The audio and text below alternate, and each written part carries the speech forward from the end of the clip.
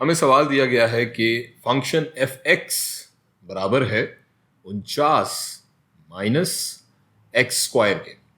हमें F of 5 की value मालूम करनी है। पिछली वीडियो में हमने देखा है कि फंक्शन क्या होता है। फंक्शन की तारीफ यह है कि एक ऐसा बॉक्स समझ लें, फंक्शन होता है जिसके अंदर जब हम कुछ इनपुट डालते हैं तो वो उसकी एक वैल्यू आउटपुट के तौर पर हमें दे देता है। यहाँ पर ये एफ एक्स हमें फंक्शन दिया गया है, इसको हम एक वो बॉक्स कंसिडर कर लेते हैं जो कि हमने कहा कि हमारा फंक्शन है।